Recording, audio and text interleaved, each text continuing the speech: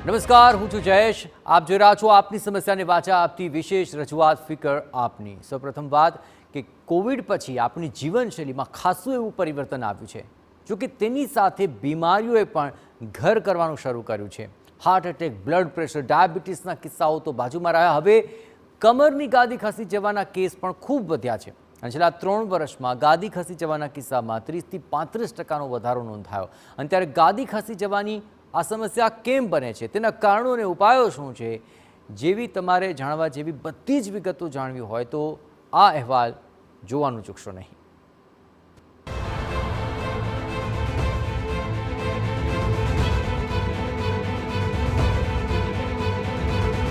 આડેધડ કસરત,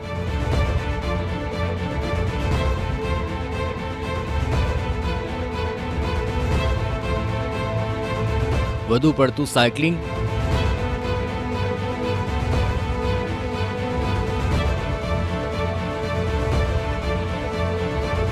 વધુ પડતું ડ્રાઇવિંગ, આ બધું કે આમાંનું કંઈ પણ તમે કરતા હો તો હવે પછીની વાત તમારા કામની છે.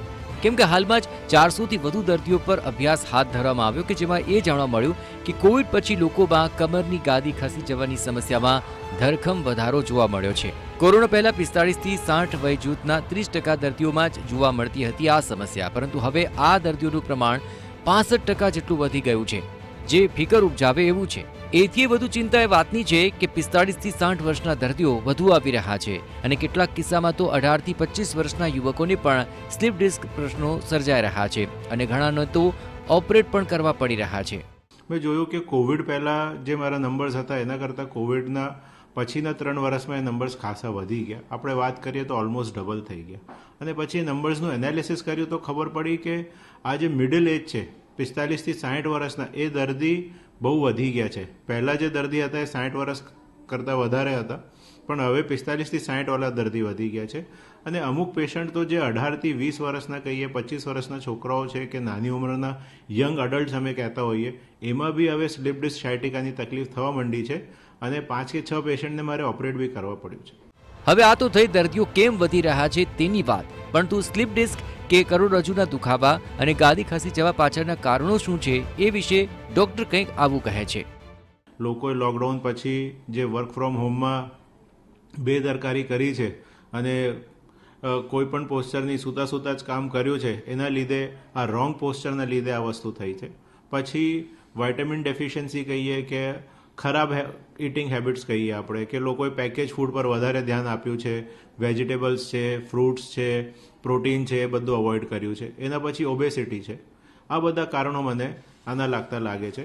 આ તો કારણોની વાત થઈ, પરંતુ સવાલ એ પણ થાય કે કોરોના પછી જ કેમ કરોડરજ્જુની સમસ્યાઓ વધી ગઈ? તો સાંભળો આ જવાબ. કોવિડે નર્વ્સ ઉપર એક્ટ કરતો એવો વાયરસ હતો. તમને યાદ હોય તો બધા લોકોને કે ઘણા બધા લોકોને લોસ ઓફ સ્મેલ થતું હતું. સ્મેલ્સ જે છે એ નર્વથી થાય છે, તો લોકોને સૂંઘવાની શક્તિ કોવિડ પછી અમુક દિવસ માટે જતી રહી હતી. તો કોવિડ વાયરસ નર્વ્સ પર એક્ટ કરતું હતું. અને યુરોપિયન જર્નલ્સની વાત કરીએ તો ઇટાલિયન જર્નલમાં બી એક લેખ છે કે કોવિડ પછી એમના પેશન્ટ્સમાં બી ત્યાં પણ જે સાયટિકાનું પેન છે એ વર્સન થઈ ગયું હતું. એટલે કોવિડ પછી મેં એકલા નહીં, ઘણા બધા લોકોએ આ વસ્તુ જોઈ છે અને પબ્લિશ કરી છે. તો આવા ચોંકાવનારા કારણો સામે આવી રહ્યા છે. જોકે કરોડરજ્જુનો દુખાવો અથવા તો ઇન્જરી થવા પાછળના કારણો શું છે અને આવી જ સ્થિતિ જ ન આવે એના માટે શું કરવું જોઈએ એ પણ જાણી લેવું જરૂરી છે. નરેન્દ્ર રાઠોડ, TV9 અમદાવાદ.